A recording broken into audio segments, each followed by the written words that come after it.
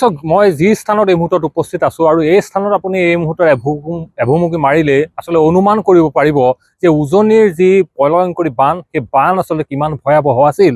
আৰু এই মুহূৰ্তত আমি আছো উজনিৰ যি আচলতে 715 নং যি ৰাষ্ট্ৰীয় ঘাইপথৰ 4 লেনযুক্ত ৰাষ্ট্ৰীয় ঘাইপথৰ ওপৰত আছো। এইটো স্থান হৈছে তিয়ক নগৰ আৰু তিয়কৰ মিন্ধাখাত অঞ্চল। আৰু এই যিটো স্থানত উপস্থিত আছো এই স্থানত আচলতে 19, 20, 21, 22 এই 4টা দিনত এই পথছোৱাৰ ওপৰত প্ৰায় এবুকুলৈকে পানী হৈছিল। আৰু সেই পানীয়ে উজনি নামনি যি আচলতে যোগাযোগ সম্পূৰ্ণৰূপে বিচ্ছিন্ন কৰিছিল। আৰু মই কিছু ভিজুৱেলছ দেখাই লৈছো কিমান ভয়াৱহ আছিল সেই বান।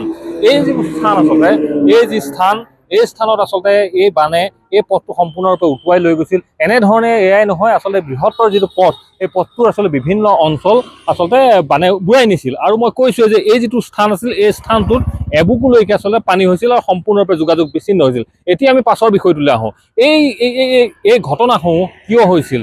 মূলতঃ যি 4 লেনযুক্ত ৰাষ্ট্ৰীয় ঘাইপথ আচলতে নিৰ্মাণ কৰা হৈছিল, এই 4 লেনযুক্ত ৰাষ্ট্ৰীয় ঘাইপথৰ যি আসোঁৱাহপূৰ্ণ নিৰ্মাণ, এই আসোঁৱাহপূৰ্ণ নিৰ্মাণ কিন্তু ইয়াৰ মূল কাৰণ। মূলতঃ যে 4 লেনযুক্ত ঘাইপথৰ যে পানী নিষ্কাশনৰ যি ব্যৱস্থা, এই ব্যৱস্থা আচলতে শুদ্ধ নাছিল। পানী নিষ্কাশনৰ তেনেকুৱা ধৰণৰ কোনো ব্যৱস্থা নাছিল। কিয় নগৰখনৰ পৰা পানী বাহিৰলৈ উলিয়াই নিব পৰা কোনো ব্যৱস্থা নাছিল। ইয়াৰ যিসমূহ নলা, সেই নলাসমূহ যি নিৰ্মাণ হৈছিল সেই নলাসমূহ সম্পূৰ্ণৰূপে আসোঁৱাহ আছিল। নলাৰ পৰা পানী আচলতে বাহিৰলৈ যোৱাৰ পৰিৱৰ্তে নলাৰ পৰা পানী আচলতে নগৰখনৰ ভিতৰলৈ আহিছিল। এই গোটেই ঘটনাবোৰে আচলতে অতি ভয়াৱহ কৰি পেলাইছিল এই সম্পূৰ্ণ নগৰখন। তিয়কৰ এইটো স্থানেই নহয়, আচলতে বৃহত্তৰ তিয়ক যিখন নগৰখনৰ আচলতে প্ৰতিটো প্ৰাণ কিন্তু এনেধৰণে আচলতে বুৰাই পেলাইছিল, এবুকুলৈকে পানী হৈছিল। আৰু মই কিছু ভিজুৱেলছ আমি দেখাইছোঁ।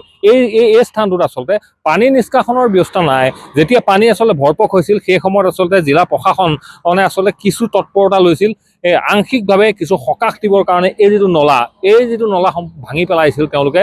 ভাঙি এই নলাইদি আচলতে পানীসমূহ বাহিৰলৈ উলিয়াই দিব বিচাৰিছিল। এইটো এটা সামূহিকভাৱে এইটো এটা ব্যৱস্থা তেখেতসকলে কৰিছিল। কিন্তু এই কথাবোৰ আচলতে কোনে চাব?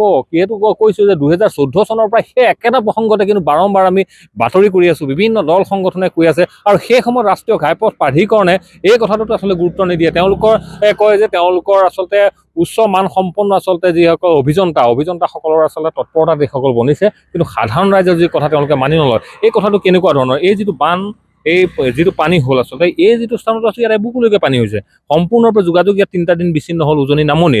তাৰ পাছত আচলতে ৰাষ্ট্ৰীয় ঘাইপথ প্ৰাধিকৰণে এতিয়া কি ক'ব?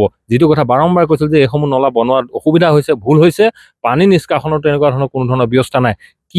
কি ক'ব এই মুহূৰ্তত? চাওক, NSIDCL কৰ্তৃপক্ষৰ ভুলৰ ফলশ্ৰুতিত যে উজনিৰ তিয়কৰ বা যোৰহাটৰ ৰাইজে যি প্ৰলয়ংকাৰী বানৰ ফল ভুগিলে, সেইটো সম্পূৰ্ণ তাৰ বাবে দায়ী কিন্তু NSIDCL কৰ্তৃপক্ষ। তেওঁলোকক আমি বাৰম্বাৰ কৈ আহিছিলোঁ বা তিয়কৰ বিভিন্ন দল সংগঠনে কৈ আছিল যে যিবিলাক তেওঁলোকে নলা নিৰ্মাণ কৰিছিল, নলাবিলাক যথেষ্ট আসোঁৱাহপূৰ্ণ অপৰিকল্পিতভাৱে নিৰ্মাণ কৰিছিল।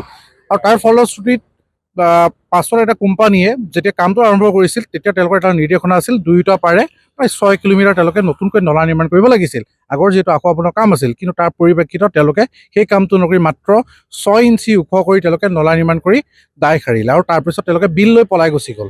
সেই কোম্পানীটো আছিল MP আগৰৱালা। আৰু সেই সময়ত MP আগৰৱালা আৰু NSIDCL যিবিলাক উচ্চপদস্থ বিষয়া তেওঁলোকৰ বুজাবুজিৰ ফলত আজি ফল ভুগিছে তিয়কীয়া ৰাইজে।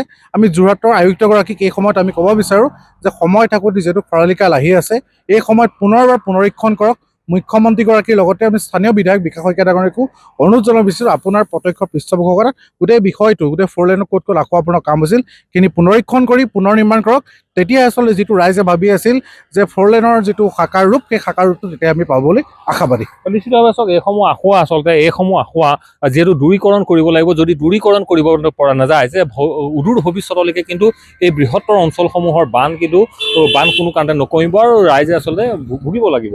এই কথাটো মই আপোনাৰ পৰা জানিম, যিহেতু সেই সময়ত বিভিন্ন ধৰণৰ কথা বতৰা অভিযোগ আহিছিল, বিভিন্ন ধৰণৰ বাৰম্বাৰ কিন্তু ৰাষ্ট্ৰীয় ঘাইপথ প্ৰাধিকৰণৰ লগত বহুকেইখন আলাপ আলোচনা হৈছিল এই প্ৰসংগ এই নলাটোক লৈ। নলা আচলতে যেতিয়া এটা সময়ত নলা পুনৰ নিৰ্মাণ কৰাৰ কথাটো আহিছিল, কিন্তু সেইসমূহ সম্পূৰ্ণৰূপে তেওঁলোকে নকৰিলে, মাত্ৰ 3 ইঞ্চি 4 ইঞ্চি ক'ৰবাত উঠাই তেওঁলোকে নলাটো এনেধৰণে এৰি থৈ গ'ল। এই কথাবোৰ আচলতে স্থানীয় প্ৰশাসন বা উপায়ুক্তগৰাকী দৃষ্টিগোচৰ নহয়নে? কোনে কিয় হয় আচলতে চাওক, কাৰ আশীৰ্বাদত NSIDCL কৰ্তৃপক্ষই এনেকুৱা ধৰণৰ ভেঙুচালি কৰি আছে সেইটো ৰহস্যৰ আৱৰ্তত আছে। আচলতে জমৰ যন্ত্ৰণা ভুগিহে ৰাইজে 4 লেনটো পাইছে। উজনিৰ ৰাইজে জমৰ যন্ত্ৰণা ভোগাৰ পিছতহে 4 লেনটো পাইছেগৈ। কিন্তু তাৰপিছত ফ'ৰলেনটো পালে কি হ'ল, ইয়াৰ এতিয়া নলাৰ কথাটো আহি পৰিলে, নলাৰ প্ৰশ্নটো আহি পৰিলে। কিন্তু এই নলাসমূহৰ এটা নিৰ্মাণৰ পিছতে এটা সিদ্ধান্ত হৈছিলে যে এই নলাসমূহ পুনৰীক্ষণ কৰি আকৌ পুনৰ নিৰ্মাণ কৰা হ'ব। কিন্তু পুনৰীক্ষণ হৈ গ'ল, কিন্তু পুনৰ নিৰ্মাণ আজি পৰ্যন্ত নহ'ল। মাত্ৰ 6 ইঞ্চি বা 4 ইঞ্চি নলাটো উঠাই দিলে, কিন্তু পৰিস্থিতি সেই একেই হ'ল। কিন্তু বছৰতকৈ বছৰ এই ভয়াৱহ হৈ গৈ আছে। যদি এনেকৈ যদি ফ'ৰলেনটো থাকিবলৈ হয়, তেতিয়া ৰাইজে সদায় জীয়াটো ভুগি থাকিবলগীয়া হ'ব পাৰে। কিন্তু এই বিষয়টো পোনপটীয়াভাৱে মুখ্যমন্ত্ৰী মহোদয়ে হস্তক্ষেপ কৰক, যোৰহাট জিলা আয়ুক্তগৰাকীয়ে হস্তক্ষেপ কৰক, নহ'লে এই বিষয়টো এনেকুৱা হৈ থাকিব। NSIDCL ভেঙুচালি এনেকেই থাকিব। নিশ্চিতভাৱে চাওক, এই গোটেই প্ৰসংগসমূহ ইয়াৰ পূৰ্বে যদি আমি অতীতলৈ আচলতে ঘূৰি যাওঁ, যে যি সময়ত সৰ্বানন্দ সোণোৱাল অসমৰ মুখ্যমন্ত্ৰী আছিল, সেই সময়ত সৰ্বানন্দ সোণোৱালক এইসমূহ বিষয় আচলতে দৃষ্টিগোচৰ কৰা হৈছে। আৰু সেই সময়ত সৰ্বানন্দ সোণোৱাল ডাঙৰীয়াই তিয়কতে আচলতে উপস্থিত হৈ ৰাষ্ট্ৰীয় ঘাইপথ প্ৰাধিকৰণক এইসমূহ আচলতে আখোৱা দূৰীকৰণ কৰাৰ কথাটো বাৰম্বাৰ কৈ আছিল। তাৰ পাছত আচলতে যেতিয়া পুনৰ মুখ্যমন্ত্ৰী হ'ল হিমন্ত বিশ্ব শৰ্মা, ডক্টৰ হিমন্ত বিশ্ব শৰ্মাকো কিন্তু বাৰম্বাৰ এই কথাসমূহ কিন্তু বহুবাৰ আমি সংবাদ মাধ্যমৰ ফালৰ পৰা কিন্তু বহুবাৰ প্ৰত্যক্ষভাৱে তেখেতক আচলতে দৃষ্টিগোচৰ কৰাইছোঁ এই বিষয়সমূহ। তাৰ পাছতো কিন্তু ৰাষ্ট্ৰীয় ঘাইপথ প্ৰাধিকৰণ নামৰ এইটো ব্যাগম যিটো বিভাগ, এই বিভাগটো কোনো ধৰণৰ গা নলৰে।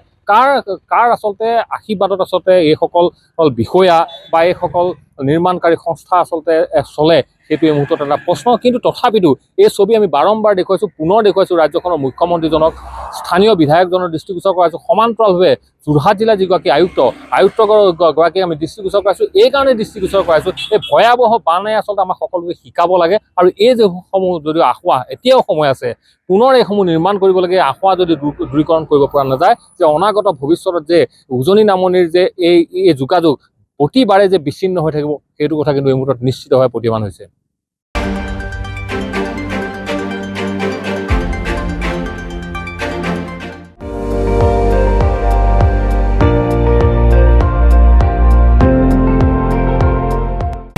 আপুনি চাই আছে ND24, সৰ্বশ্ৰেষ্ঠ নহয় সৰ্বোত্তমৰ দৌৰ।